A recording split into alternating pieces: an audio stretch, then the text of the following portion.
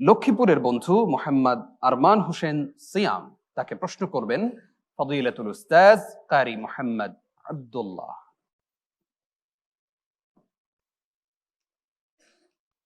আসসালামু আলাইকুম ওয়া রাহমাতুল্লাহি ওয়া বারাকাতুহু। ওয়ালাইকুম আসসালাম রহমতুল্লাহ বরকাত। আরমান হুসাইন, কেমন আছো? আলহামদুলিল্লাহ উস্তাদ জি, আপনি কেমন আছেন? মাশাআল্লাহ মাশাআল্লাহ। তোমার জন্য প্রশ্ন হচ্ছে, আউযু বিল্লাহি মিনাশ শাইতানির রাজীম। قل يا عبادي الذين أسرفوا على أنفسهم لا تقنطوا من رحمة الله. أعوذ بالله من الشيطان الرجيم.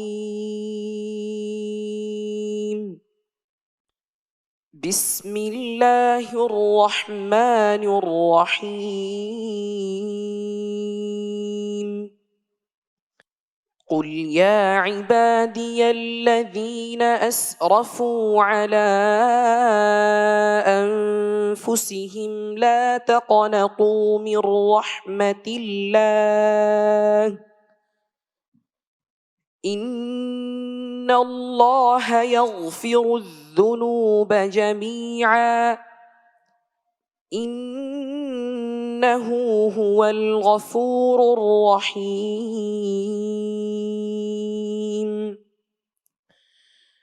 وأنيبوا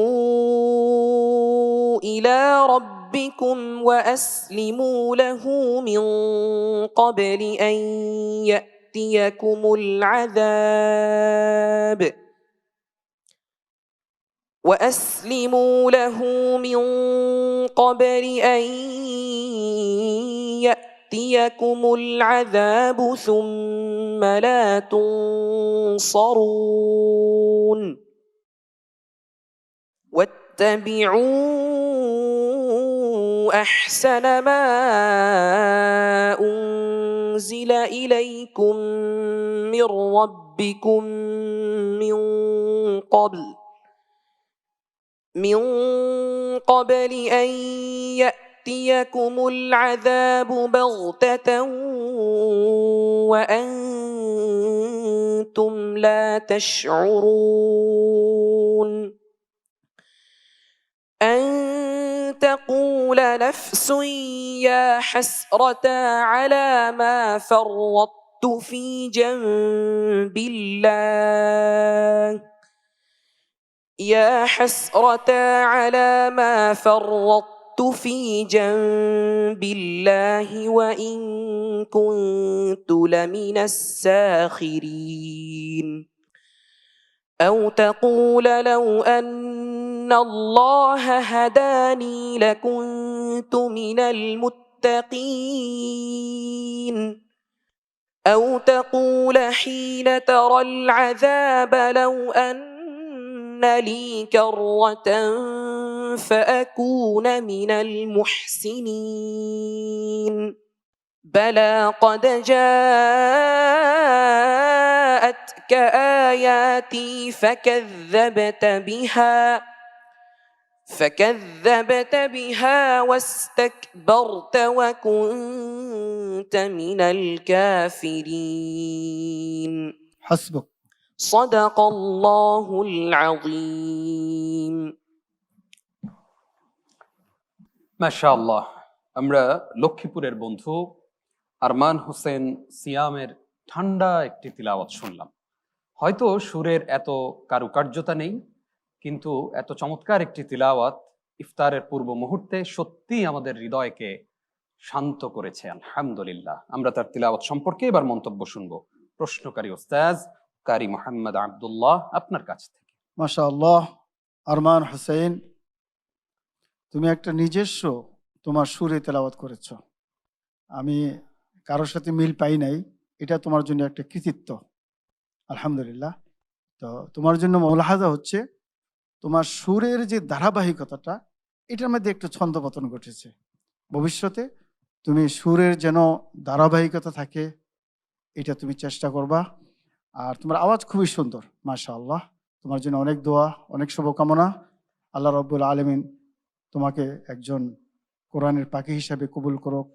আমরা এবার মন্তব্য শুনবো আমাদের সম্মানিত ওস্তাজ কারি আবু সালেহ মুহাম্মদ মুসা আপনার কাছ থেকে।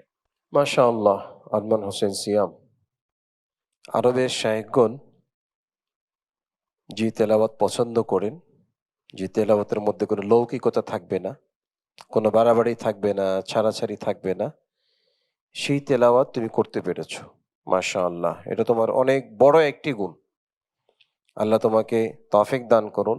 একটু মুলাহাজা হলো মিন ক্বাবল, এই যে এখানে তুমি গুণনা করেছো মিন ক্বাবল, কাফের সিফাত ইস্তি'লা আছে কিন্তু ইতবাক নেই। তো সুতরাং গুণনা এখানে এত পুর করা যাবে না, মিন ক্বাবলু বলা যাবে না, মিন ক্বাবলু স্বাভাবিকভাবে বলতে হবে। তাজবিদের বিষয়ে আরো পারদর্শী হও।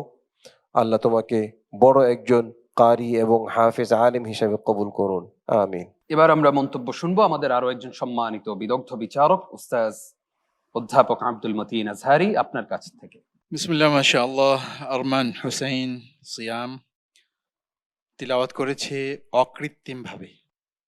উস্তাদ বলতেছিলেন যে সে নিজের স্টাইলেই সে পড়তেছিল, শেষ পর্যন্ত গিয়ে আবার শেখ মোহাম্মদ আইয়ুবের মতো করে পড়ার চেষ্টা করেছে।